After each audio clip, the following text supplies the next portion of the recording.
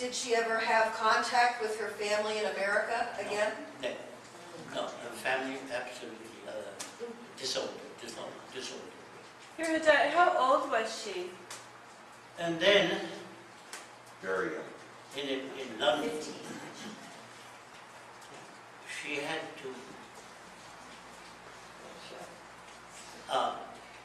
be the mother, not only the wife of husband aunt, but the mother of the brothers.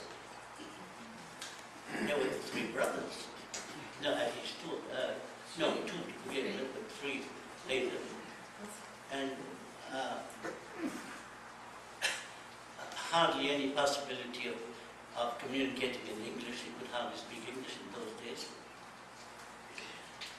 Did she feed them and do their laundry? Pardon me? Did she feed them and do their laundry? But in those days, there was no wash machine. There was no fridge. There was, what was there? Nothing. There was. And they could not afford any help. There was no money. There wasn't money. They went out from time to time to give a concert of Indian music, and there was a lot of starvation in those days. But she did it gladly. She was happy. But the sacrifice was tremendous. Here she had been the daughter of an extremely wealthy family. She came there to London where there was absolutely no financial help of any kind, and where they lived from day to day, because they only lived from the councils that were given from time to time. And of course, they only really fed on rice and tea for quite a long time. It's very important to tell this because it is a true story. I mean, it's, how would I say now? It's hardly possible to imagine the trouble, the suffering and the problems that both the mother and father went through in the first years.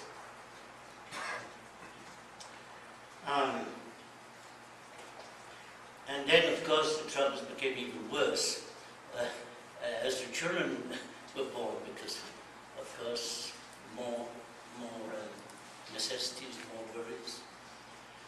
That's why sometimes I feel guilty for being a child, because I did cause, of course, more trouble.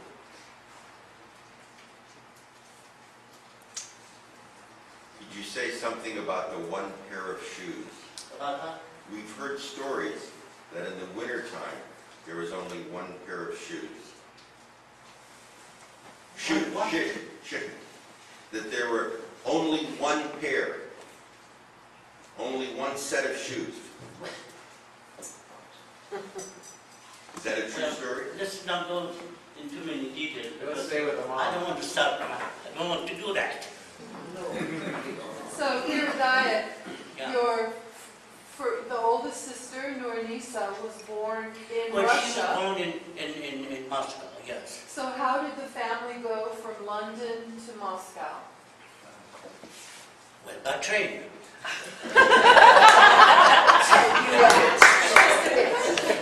No planes. I mean, the impulse came to go to Moscow, or an invitation? You see, they gave concerts. And of course, from time to time, prominent people came to those concerts and were very interested, and especially Russians. There were many Russians in those days in England, and some of them were quite well-to-do. And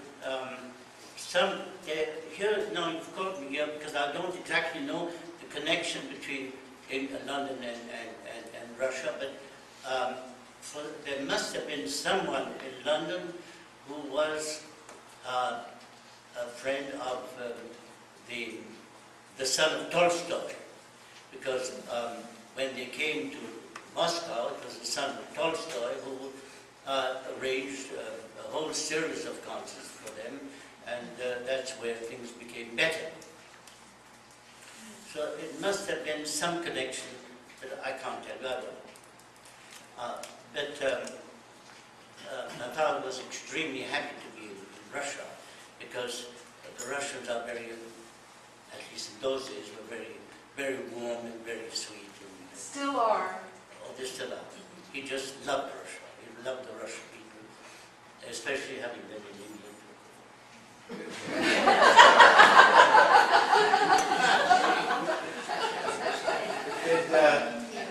Did Begum Ameena change her dress and constantly wear a sari when you were at home?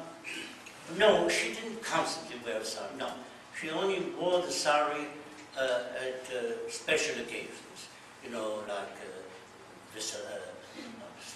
Bilata Day and things like that, and birthdays and celebrations. And sometimes when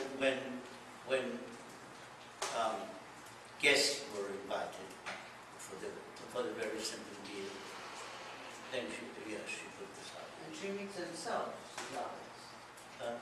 But she made her own Yeah. clothes, and she made the clothes of my father. My father wore the shavani, but not the Indian shavani, a combination which he himself designed.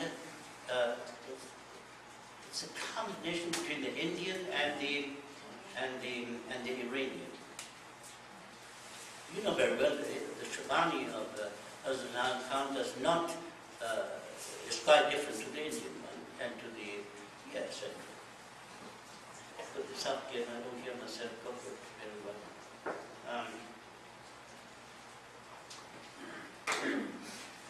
Yes, and she also made the topis, the hat. Have you Toby is seen the Urdu picture for hat, just so you... of the hat? Yeah, pictures. Yeah, of course. Yeah. And she made all the clothes for the children. I mean, she couldn't afford to buy clothes for the children. She made the clothes.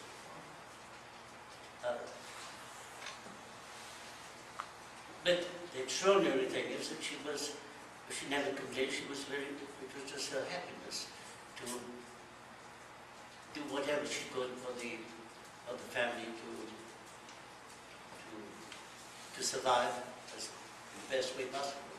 What was she like as a person, or what were her qualities? My mother, Yeah, I'm curious. Well- What was she like? first of all, what you don't know is that she did learn Indian music, and she did sing Indian music. She played the veena. There's a picture of her playing the veena. Yeah. We didn't know if it was just pose. Yeah.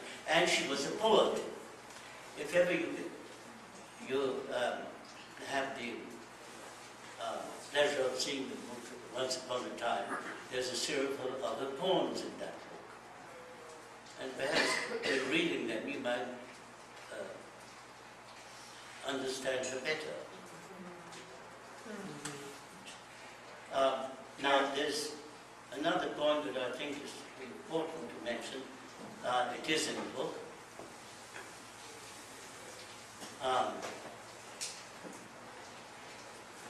In 1926,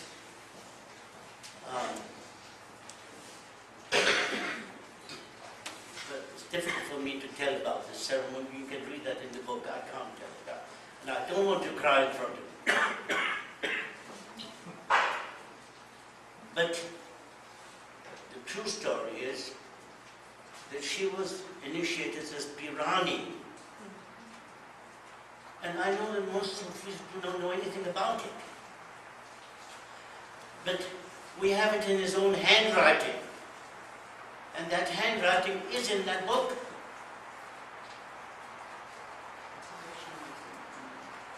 I think it's about time that it should be known that nobody else was ever made a Pirani. How should we, what does that mean for us? It means the feminine of your Murshid. And of course, that title has never been given anymore.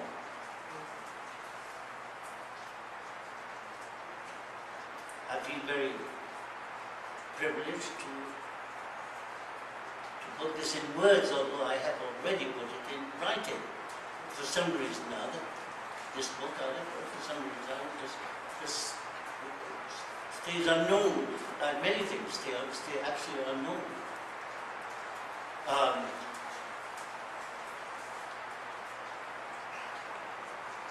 I don't want to say what are the reasons why the memory of my mother has never been exposed, but I know what the reasons are, but I will not say it. But there was a reason.